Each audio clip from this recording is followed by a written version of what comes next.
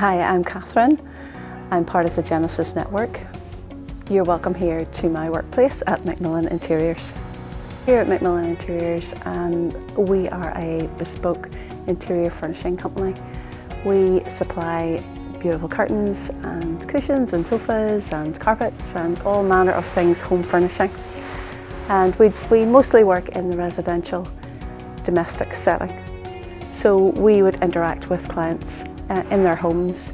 We would interact with suppliers and we would interact with tradespeople on a daily basis.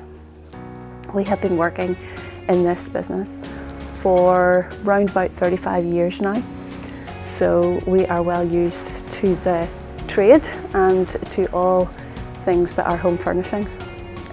We've good experience in workroom and in installation, and we have great relationships with our suppliers of fabrics and wall coverings. There's a diverse team, both in the workroom and in the design studio and actually in the installation end as well, who help me to put together the projects that I would begin with a client. So I'm the front person who meets the client and works on schemes and puts together fabrics and wall coverings and carpets and sofas and all manner of things home furnishing. And then that proceeds to the workroom and then on to installation at the very end. We are based in the Ballymena area, specifically Cullibackie, and we have a purpose-built studio on farmland. We have a number of staff members who are here to help us in the workroom and also in the studio, both with admin and designing. But mostly it would be down to me in my end of things, designing and styling and working with clients themselves. So marketplace transformation, that definitely is a very big question, especially whenever I am measuring that over 35 years of experience in business and in the interior design business. I do think that the Lord has spoken to me in various times and in various circumstances over the years, both to uphold me, sustain me and to guide me in what we've been doing. On the surface it would seem that interior design can be quite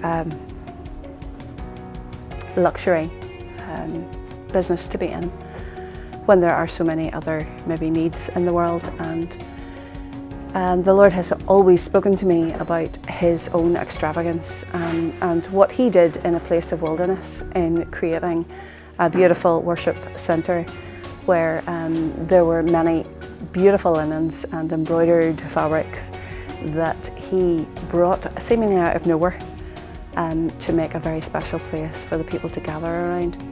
So He spoke to me about that a good long while ago, and that meant an awful lot to me, to know that the extravagant God was with me in what I was doing.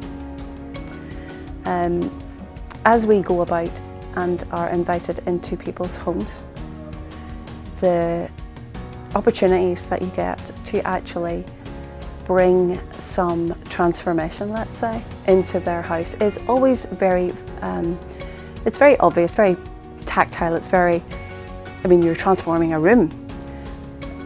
But the Lord has always spoken to me about the redemptive quality of that and how you're redeeming spaces, but that He is about the work of redeeming hearts and families. And as we do that, it's almost a prophetic work that we do, in that we are going into and trusting God that our very presence and His presence in us brings some kind of light and redemption into people's homes and lives as we go about. And we've seen it several times over the years. We've had many conversations to back that up, very precious friends that we've made out of that. And the transforming spaces and transforming hearts has been a theme in my life as I've gone about my daily work, trusting that God is not only transforming my heart, but the hearts of those that I work with. So there's a lady who is mentioned in the book of Acts, and her name is Lydia. And she is the lady who met Paul at the river. She's from Thyatira, but she met Paul in Philippi. And she's a seller of rare and precious purple yarn and material.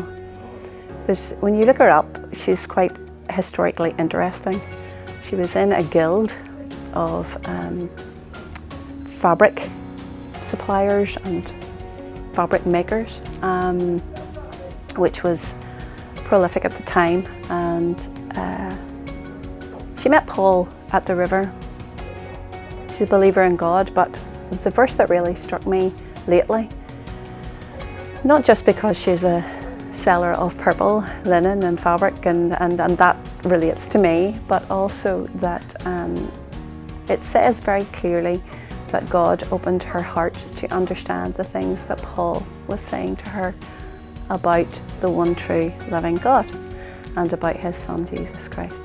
She went to the river that day, she met Paul, and her life was changed. And I suppose that really, that specifically really struck me because of the desire that I would have to know God and his word and to know what he's saying to my heart, and that he would open my heart to know more of what was going on in my life, what's going on around me, and who he is.